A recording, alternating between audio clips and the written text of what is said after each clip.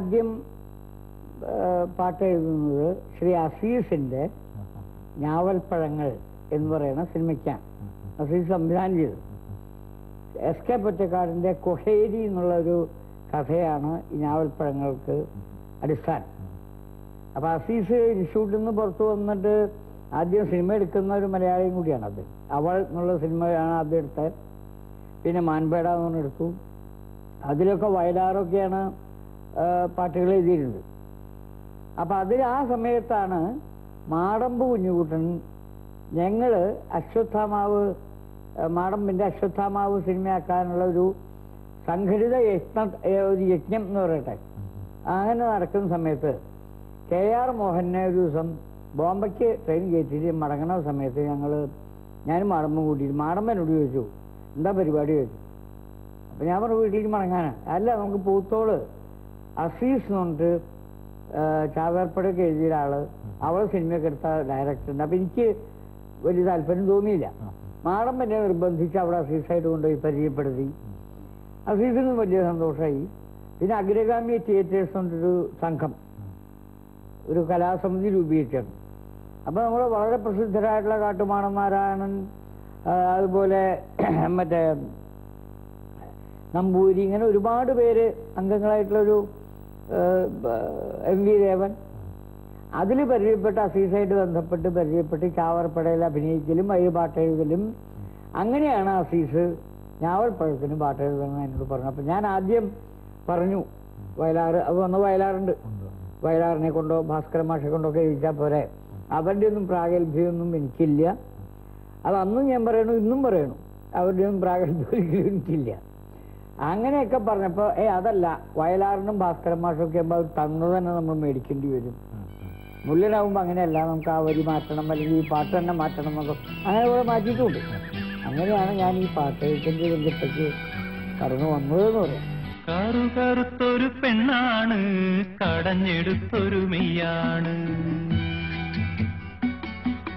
കറുകറുത്തൊരു പെണ്ണാണ്, കടഞ്ഞെടുത്തൊരു മെയ്യാണ്.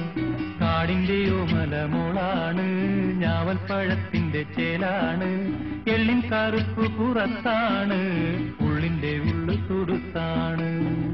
പിന്നെ ഞാവൽപ്പഴങ്ങളാണ് ആദ്യം റെക്കോർഡ് എഴുതിയതും റെക്കോർഡ് ചെയ്തതെങ്കിലും റിലീസ് ചെയ്തത് ഞാവൽപ്പഴത്തിലെ കറുകറുത്തൊരു പെണ്ണാണെന്നുള്ളത് KP കുമാരനും അതിന്റെ ലക്ഷ്മി വിജയത്തിന്റെ പ്രൊഡ്യൂസറായിരുന്ന സമരിയാസും അവരൊക്കെ കൂടി കാണാതെ. അത് കാണാൻ കാരണം നമ്മുടെ ഇപ്പോ സംവിധായകനും കൂടിയായിട്ടുള്ള പത്മശ്രീ എന്ന് പറയാവുന്ന നമ്മുടെ ഷാജി എൻ കരുണിന്റെ കരുൺ ഈ ഞാവൽപ്പഴത്തില് മധു അമ്പാട്ടായിട്ട് ക്യാമറ ഒരുമിച്ച് പ്രവർത്തിച്ചാണ്.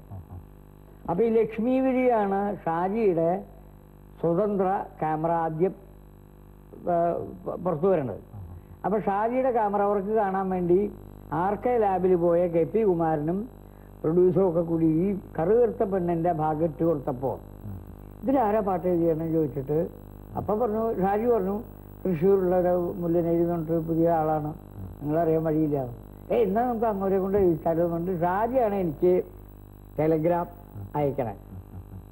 Start immediately, waiting central station, Shaji N Karun. ആ ടെലിഗ്രാം പറ്റിയിട്ട് എനിക്കറിയില്ല പുതിയ പാട്ട് എഴുതാനാണെന്ന്. മദ്രാസിൽ സെൻട്രൽ സ്റ്റേഷനിൽ എന്ന് ഇറങ്ങിയപ്പോഴാണ് ഷാജി എന്നെ വെയിറ്റ് ചെയ്ത് നിൽക്കുന്നുണ്ട്. ഷാജി പറഞ്ഞു പുതിയൊരു സിനിമയ്ക്ക് പാട്ട് എഴുതണം. അപ്പൊ ഞാവൽപ്പഴങ്ങള് അപ്പൊ ഷൂട്ടിങ് കഴിഞ്ഞിട്ടുണ്ട്. അപ്പോഴേക്കും അതില് ഞാൻ കുറെ ചെറിയ ചെറിയ ശബ്ദങ്ങൾ ഡബ് ചെയ്തിട്ടുണ്ട്. ആ ഡബിങ് കംപ്ലീറ്റ് ചെയ്യാൻ വേണ്ടിയിട്ട് എന്നെ വിളിച്ചേക്കണതെന്നായിരുന്നു എനിക്ക് വിചാരം.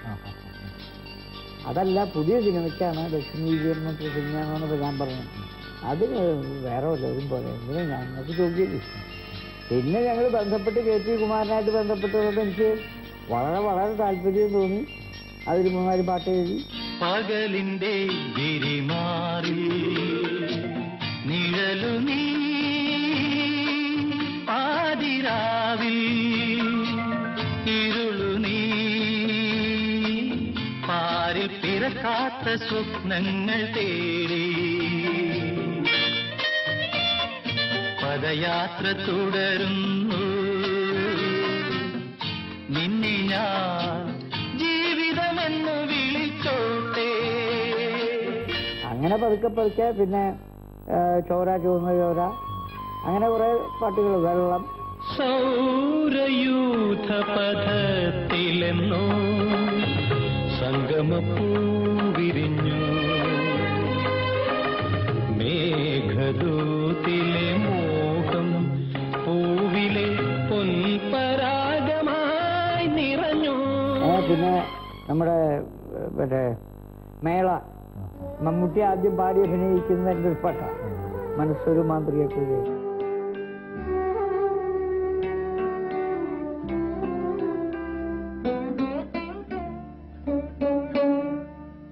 മനസ്സൊരു മാന്ത്രിക കുതിരയായി പായുന്നു മനുഷ്യൻ കാണാത്ത പാതകളിൽ.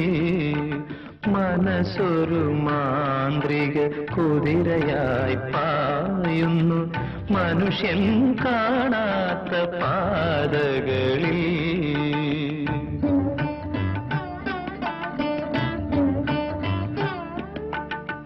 കടിഞ്ഞാണില്ലാതെ കാലുകളില്ലാതെ തളിരും തണലും തേടി.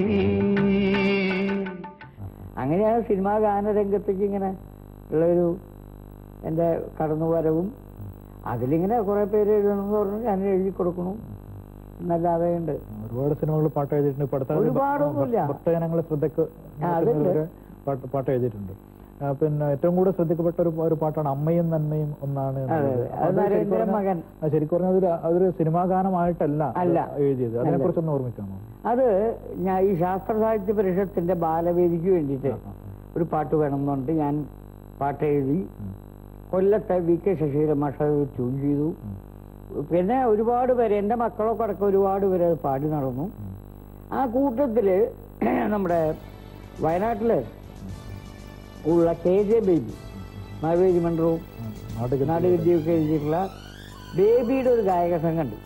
അവരും ഇത് പാടിയിരുന്നു.